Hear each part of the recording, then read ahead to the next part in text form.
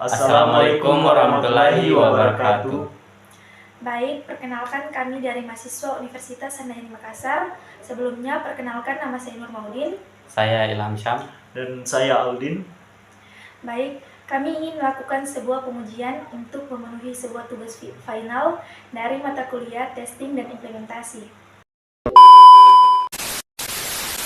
Nah, pada video ini pengujian yang kami lakukan terhadap sistem form pendaftaran masuk universitas menggunakan metode black box testing dan white box testing. Pengujian ini dilakukan untuk menganalisis fungsionalitas sistem, kompleksitas program, serta mengidentifikasi bug yang mungkin terjadi. Berikut, pada soal nomor 1, pada black box testing, tugasnya itu ialah membuat minimal 10 tes desain, di mana ini adalah metode pengujian yang kita itu tidak melihat kode program dan fokus pada input dan outputnya. Di sini kita menguji apakah sistem itu berjalan sesuai spesifikasi. Selanjutnya, di sini tuh kita akan membuat minimal 10 tes desain berdasarkan valid input, invalid input, boundary case, required field validation. Dan untuk nomor 2 itu pada white box testing itu kita membuat flow graph, cyclomatic complexity, dan jalur independen. Dan untuk soal nomor 3 itu kita melakukan bug report. Di sini tuh kita menemukan minimal 3 bug dan jelaskan apa penyebab dari bug itu. Jadi untuk pengerjaan nomor 1 yaitu tes pertama, semua field kosong. Skenario pengujian pertama adalah ketika semua field dibiarkan kosong. Langkah uji yang dilakukan yaitu langsung mengklik tombol next tanpa mengisi data apapun. Hasil yang terjadi adalah sistem menampilkan pesan error. This field is required. Hal ini terjadi karena semua field yang bertanda bintang merupakan field wajib, sehingga sistem harus menolak input kosong. Kemudian tes kedua, nama depan kosong. Pada pengujian kedua ini, di bagian input nama kita hanya mengisi nama belakang, sedangkan nama depan dikosongkan.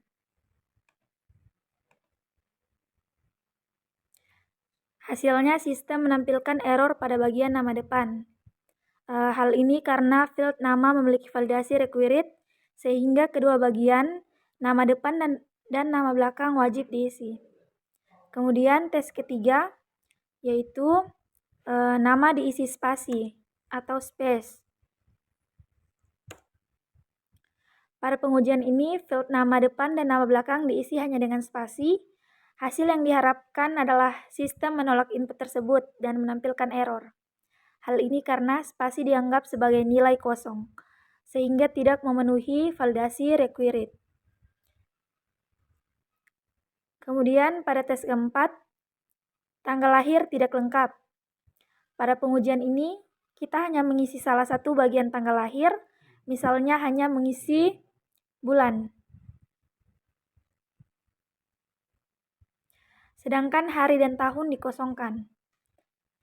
Sistem kemudian menampilkan error pada bagian tanggal lahir. Hal ini terjadi karena tanggal lahir terdiri dari 3 komponen, bulan, hari, dan tahun, dan semuanya wajib diisi. Baik, kita masuk dalam tes yang kelima. Pada jenis kelamin tidak dipilih pada pengujian ini, dan semua file diisi dengan benar kecuali bagian jenis kelamin yang tidak dipilih. Seperti kita lihat pada tampilan ini.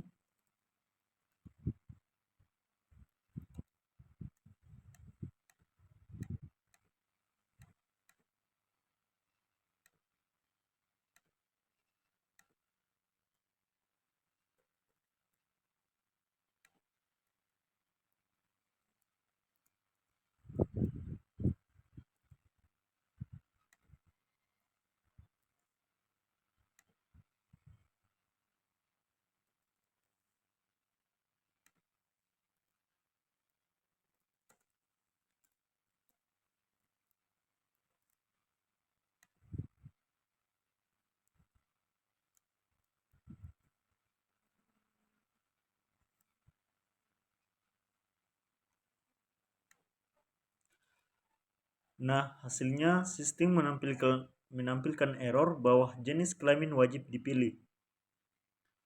Hal ini karena radio button pada file jenis kelamin memiliki atribut required.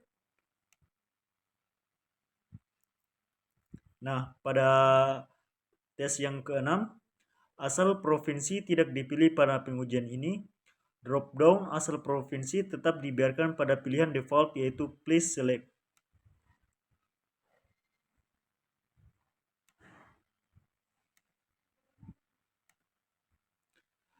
Sistem kemudian menampilkan error seperti tampilan pada layar ini. Hal ini terjadi karena nilai kosong tidak boleh diterima pada file drop-down yang bersifat wajib. Nah, kita masuk pada tes yang ketujuh. Nomor telepon kurang digit pada pengujian ini. Kita mengisi nomor telepon kurang dari 12 digit, misalnya hanya 4 digit angka.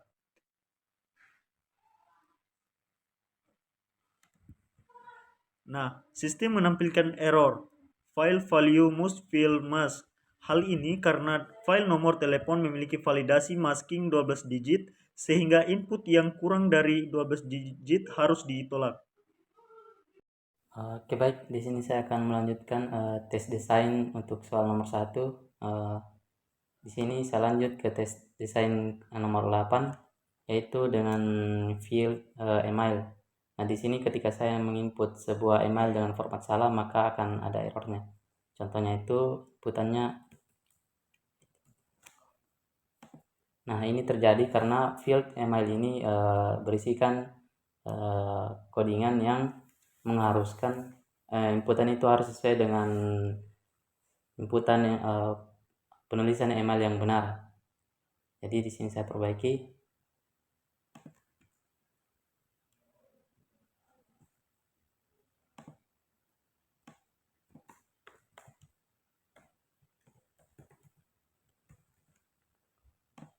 Nah, ini baru benar karena ini sudah sesuai dengan penulisan email yang dengan benar. Selanjutnya tes desain ke-9 itu adalah semua inputan ini bernilai valid atau benar. Maka hasilnya itu sistem akan menerima inputannya dan akan berpindah ke halaman selanjutnya. Nah, terus tes desain ke-10 itu adalah tidak memilih metode pembayaran. Nah, kita lanjut di sini menginput nama sekolah yaitu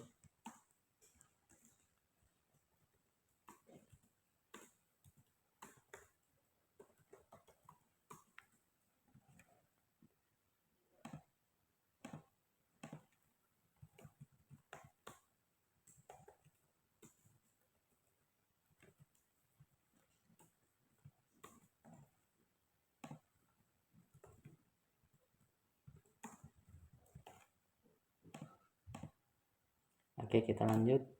Nah, ini yang saya maksud, kita tidak memilih salah satu metode pembayaran. Nah, ini ketika saya submit, maka pesan errornya itu this file is required, karena di sini combo box ini berisi file dengan tipe required, jadi salah satunya harus dipilih sehingga baru bertipe true. Nah, di sini ketika saya submit maka akan berhasil.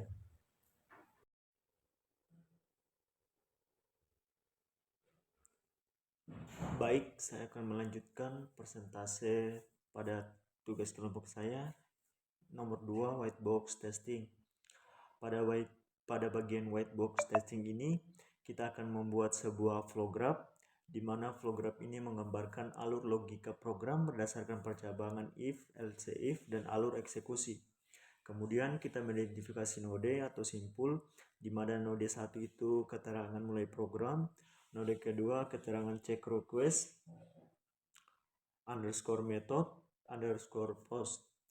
Node ketiga keterangan validasi nama depan, node keempat keterangan validasi tanggal lahir, node kelima keterangan validasi jenis kelamin, node keenam keterangan validasi provinsi, node ketujuh keterangan validasi nomor telepon, node kedelapan keterangan validasi email, node ke-9 keterangan validasi alamat, node ke-10 keterangan cek errors kosong, node ke-11 keterangan sukses sama dengan true, node ke-12 keterangan tampilkan pesan sukses, dan yang terakhir node 13 keterangan selesai. Gambar nodenya kita dapat melihat seperti tampilan pada layar ini. Kemudian kita masuk pada bagian B, cyclomatic complexity, di mana rumus cyclomatic complexity ini kompleksitas sama dengan jumlah EDG dikurang jumlah node ditambah 2. CC sama dengan E dikurang N tambah 2. Atau lebih sederhananya, CC sama dengan jumlah keputusan if ditambah 1. Adapun perhitungan berdasarkan kode, percabangan if atau else if pada kode yang pertama, if sama dengan underscore server request underscore method sama dengan post. Yang kedua, if empty nama underscore depan. Yang ketiga, if empty dob underscore month, dob underscore day, dan dob underscore year. Yang keempat, if empty atau gender. Yang kelima, if empty provinsi. Yang keenam, if empty nomor telepon. Yang ketujuh, if empty email. Yang kedelapan, else if filter underscore fire email. Kesembilan, if empty alamat underscore jalan. Kesepuluh, if empty errors. Jadi total keputusannya sama dengan 10 keputusan. Adapun cyclomatic complexity-nya dapat disimpulkan CC sama dengan 10 tambah 1 sama dengan 11. Bagian C, jalur independen. Berikut 11 jalur independen sesuai cyclomatic complexity-nya. Ada pada tabel pada layar ini, yang dimana jalur P1 merupakan semua input valid atau sukses. Jalur P2 jalur nama depan kosong. Jalur P3 keterangannya tanggal lahir tidak lengkap. Jalur P4 keterangan jenis kelamin tidak dipilih. Jalur P5 keterangan provinsi tidak dipilih. Jalur P6 keterangan nomor telepon kosong. Jalur P7 keterangan email kosong. Jalur P8 keterangan email format salah. Jalur P9 keterangan alamat jalan kosong. Jalur P10 beberapa file kosong atau gagal. Jalur P11 keterangan form tidak disubmit atau get. Adapun contoh jalur independen dalam notasi node ini, di mana P1 sukses antara node 1 sampai node 13, P2 nama kosong terdiri dari node 1, 2, 3, 10, dan 13, dan yang terakhir jalur P8 email salah, di mana nodenya 1 sampai 1, 2, 3, 4, 5, 6, 7, 8, 10, dan 13. Jadi baik, di sini saya akan lanjut untuk soal nomor 3, yaitu soalnya menemukan bug report serta penjelasannya dan penyebabnya. Nah, di sini yang pertama itu bugnya pada JavaScript-nya yang error. Kita masuk. Nah, bug yang pertama itu terjadi pada ini, dia tidak bisa membaca properti read init. Nah, dia di sini. Nah, untuk penjelasannya itu kita simak langsung saja di bagian sini. Pesan errornya itu adalah file to load resource. Nah, untuk penjelasannya, error ini terjadi karena file JavaScript-nya itu external from branding footer.js. Ini tidak berhasil dimuat atau 404 not found. Nah, akibatnya ini objek window branding footer-nya ini menjadi undefined. Ketika sistem mencoba menjalankan fungsi ini, muncul error karena fungsi tersebut tidak tersedia. Nah, ini terjadi karena file ini dipanggil dari CDN eksternal atau file HTML dijalankan secara lokal. Yang ketiga itu resource-nya tidak dapat ditemukan. Nah, oke, kita lanjut ke bug kedua, yaitu file to load resource juga. masuk ke tampilan .html-nya. Ini dia. Nah, untuk penjelasannya itu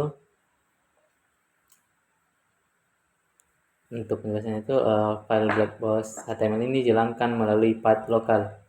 Path lokal yang dimaksud yaitu yang ini, c user Ilham Syam download. Nah, karena dijalankan secara lokal, beberapa file eksternal dari CDN JetForm tidak dapat diakses dengan benar. Nah, hal ini menyebabkan script tidak berjalan dengan sempurna. Beberapa fitur tidak aktif dan muncul error tambahan di konsol. Yang ini. Terus kita lanjut ke gambar ketiga. Sama file to resource. Untuk penjelasannya itu terjadi error karena file JavaScript script eksternal for rendering tidak berhasil dimuat. Statusnya itu not found, berarti file tersebut tidak ditemukan oleh browser. Nah, penyebabnya kemungkinan karena file ini dipanggil dari CDN eksternal, file HTML dijalankan secara lokal, path file tidak dapat diakses. Nah, akibatnya ini script tertentu tidak berjalan dan berpotensi menyebabkan error lanjutan seperti type error. Baik, itulah dari kelompok kami. Sekian, kurang lebihnya mohon dimaafkan. Wabillahi taufiq wal hidayah. Assalamualaikum warahmatullahi wabarakatuh.